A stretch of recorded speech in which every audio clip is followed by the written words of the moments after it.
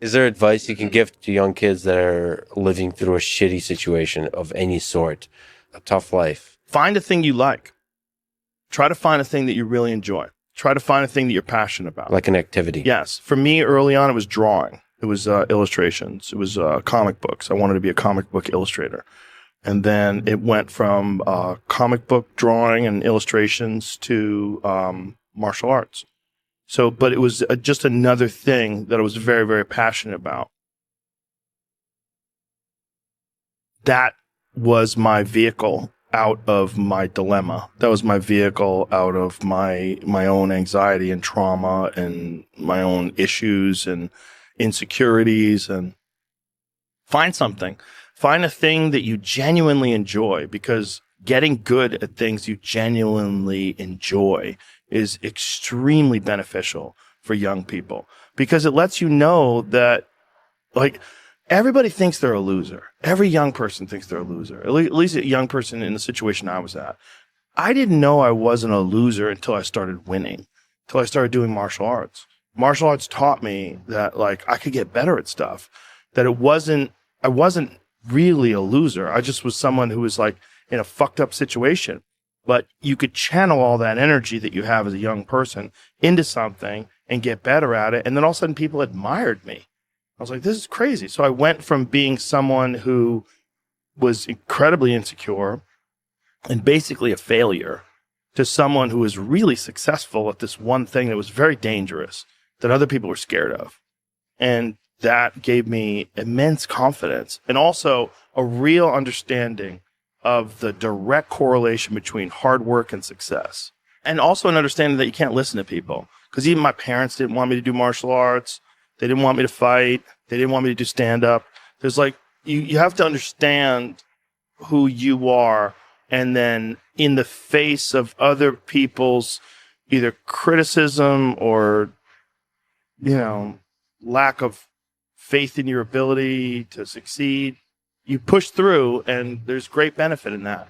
And then you realize that you can kind of apply that to other things in life. You can apply that to critics. You can apply that to social media commentators. You can apply that to a lot of things. And I don't think people are happy if they don't have puzzles and complex tasks and things that are interesting to them, whether it's an art project or whether it's learning something completely new like stand-up comedy. Like, doing things that are difficult is it's as much of a nourishment of the mind as food is a nourishment of the body. I think you need things that are puzzling to you, where you have to find your own human potential in the difficulty of the task and work your way through things. At least for me. And in my life, that has been 100% constant. I am a very happy person, and I have never had a moment where I'm not doing difficult shit.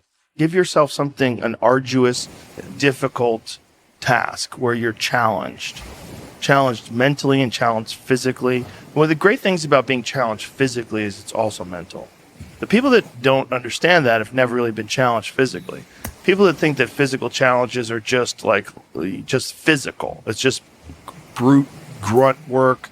It's not. It's emotional intelligence.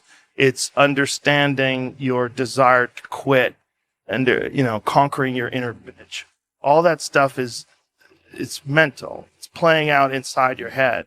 And there's a mental strength that you acquire from that you can apply to intellectual pursuits. And the people that don't think that are the people that haven't attempted them. And there's an arrogance to people that only pursue intellectual exercises, only pursue intellectual things, and don't pursue anything physical. That the physical stuff is base, it's grunt work, it's primal, it's not necessary. I don't think that's accurate. For most people, I think you can really benefit from physical struggle, and you benefit from it in a mental way. And I think that is overlooked. That's unfortunately overlooked by academics and intellectuals.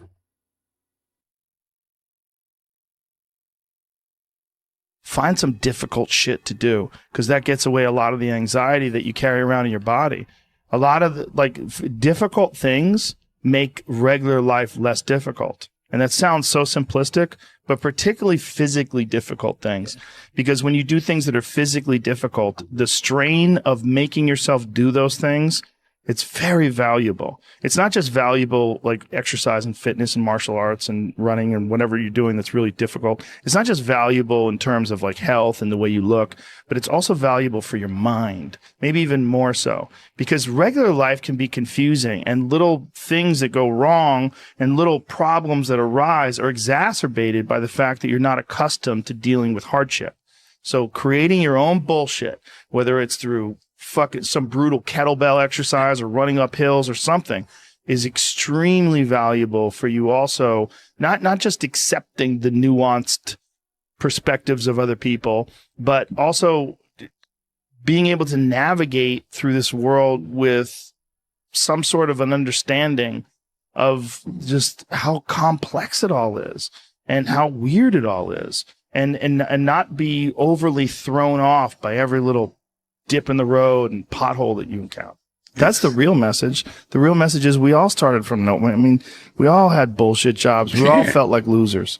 But through time and effort, you build a stronger human. You build a stronger body. You build a stronger mind. You build accomplishments and will and momentum.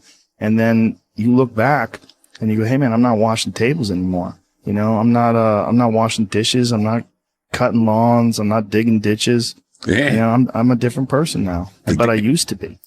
And these desire not to be that, but not to stay in that. That's what. That's the hardest part, right? Is to get out of that rut. When you ain't got shit and there's nothing going on. To have faith then is so difficult. To have faith when you're successful, it's like, yeah, listen, bitch, you've been successful for a while. Of course you got faith. Yeah, just keep doing what you're doing. Easy. It's like you already got up the hill. Now you're just coasting. You know, you're just rolling down the hill. Everything's great. The hard part is getting up that fucking hill, especially if you got a dad you're hiding from, especially if you feel like you're a loser or you never really had anything in your life that you could look back on and say, hey, I was really good at that. You know, and there's a lot of people out there listening to this. There's so many people that are in that starting point. Like the people that come up to you and say, I don't know what to do. What should I do? How do I do it? Yeah. How do I get going? But you're going to have to figure it out, one foot in front of the other. You're going to have to find a thing and keep working at it and get better at it. That's one of the things that I like so much about martial arts. They let anybody in. And then from learning how to do that, you get better. And then you realize, damn, I can get better at anything. The desire to get better. Yeah, that's for everybody. Just find a thing. Everything. And if you find a thing, like particularly martial arts, because you get belts and ranks and then you can see how you're doing with opponents. But if you could just find a thing and work hard at that thing, you'll realize through that thing that you can get good at anything with time and effort. Pick a thing. Pick a thing. Whatever the thing calls to you. Whatever calls to you. The desire to change those circumstances, whatever they might be.